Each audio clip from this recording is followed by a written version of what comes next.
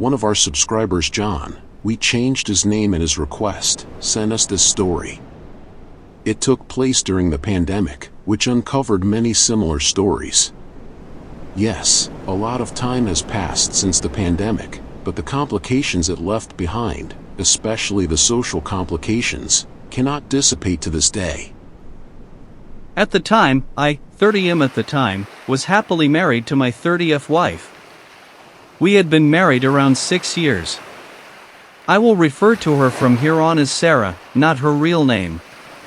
We traveled, ate together and spent time together basically every night for the first 6 years of the marriage. During 2019, I started to see some warning signs that, in retrospect, should have told me something was up. In early 2019, I had to be out of town for a work conference, the first time that I had ever been gone overnight from home without her. She immediately suggested that her friend might come visit and even stay over those days. Now for context, this friend 29M, I will refer to him as Mark, is someone she texted all the time. They were close friends, and I know for a fact had been intimate with before we met. I put my foot down and said no, pointing out he never came over in 6 years, except the one time I was gone. While she got mad, she respected my wishes to the best of my knowledge, and the scenes from the security cameras. There were other things as well that gave me pause, but for the interest of time I will move on. Now we arrive at the end of 2019. As we are in a movie theater together, I notice her writing messages to someone on her Apple Watch during the movie. This was very unusual for her to do, and the messages, although I can't remember them, were a bit strong for a coworker at a new job but nothing overtly sexual or romantic. I ask her about it after the movie and she brushes it off. Her behavior changes, sitting away from me on the couch, changing in a different room, and so on. I start to wonder, am I being cheated on or what is being hidden from me? I feel tremendous guilt for even thinking about checking her phone for confirmation, feeling that if I do, and I am wrong, there's no point in continuing to be married. After thinking about it for days, I decide to check in January 2020. Now, her phone is always close by, and I don't know the passcode. Luckily, her watch is accessible, and she made the code our anniversary, irony abound.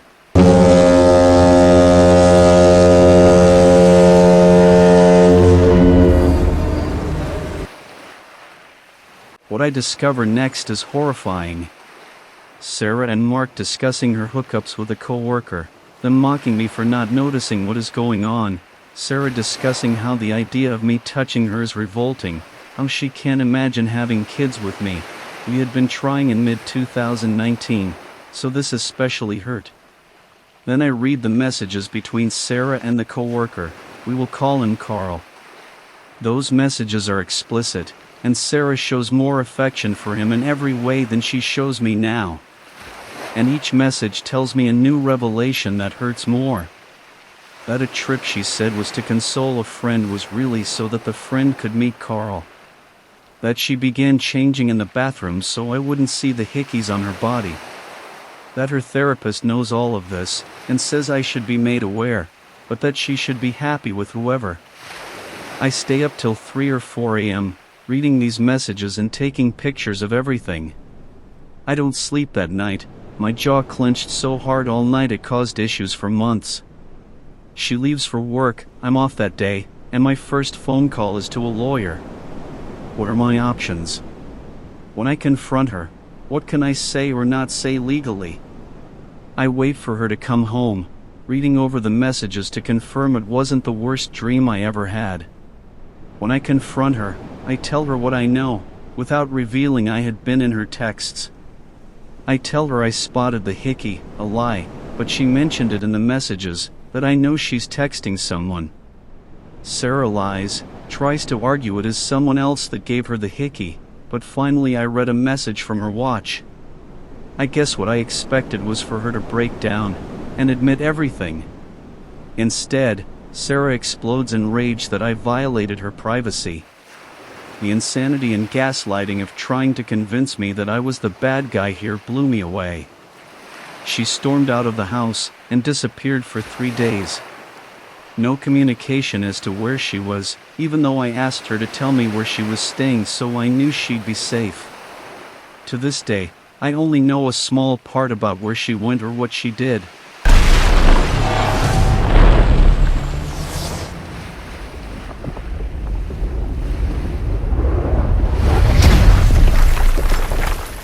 When she comes back, she tells me she wants to try to fix things and spend some time together.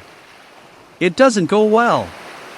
I catch her sneaking off to meet with him once again, as she foolishly leaves the watch behind and I can read the messages in real time. I finally tell her in February 2020 that I contacted a lawyer. She insists she won't sign anything until we attend couples counseling. I humor it, but it goes off the rails immediately when, after I explain we're here because she had an affair, that she argues my word choice, affair, was too strong a word. She also lies about the fact that she cheated on me before Carl with a married man, something I discovered at a later date going through her watch once again. She admits her plan was to find an apartment, then hand me papers without me ever knowing what is going on. She even tries to blame the whole affair on me, using, in the therapist's view, minor disagreements as proof of my cold and uncaring demeanor.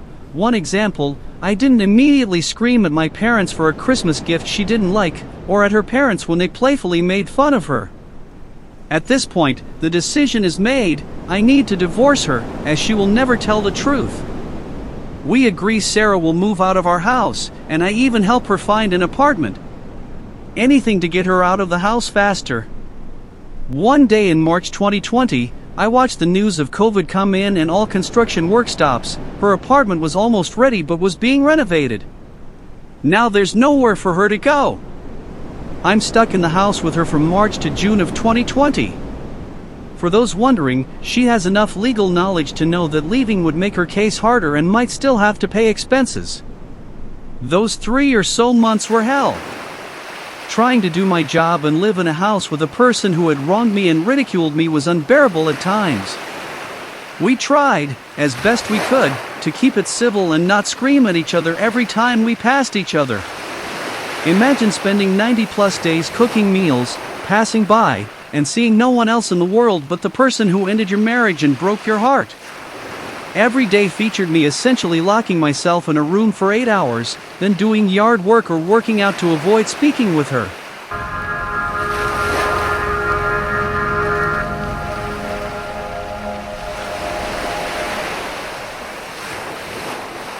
She moved out for the most part in late June once the world started to open up a bit, and had all of her items out by July. Knowing that I wanted the house, she definitely manipulated the situation to her advantage to avoid her being publicly shamed. Her family, to this day, doesn't know what caused the divorce. She didn't tell them the divorce was happening at all till after the papers were signed, and essentially forced me to pretend we were still together until then, at which point I told her to tell her parents or I would. They never asked me what was the cause, although 1 or 2 did wish me well. I never felt the need to tell them, as despite the pain and gaslighting she caused, I didn't feel the need to hurt them. Her parents never wronged me. Carl and Sarah didn't last. When I found out, Carl told her to leave me and be with him. But she tried to mend our relationship and he walked away from her, so she ended up with no one.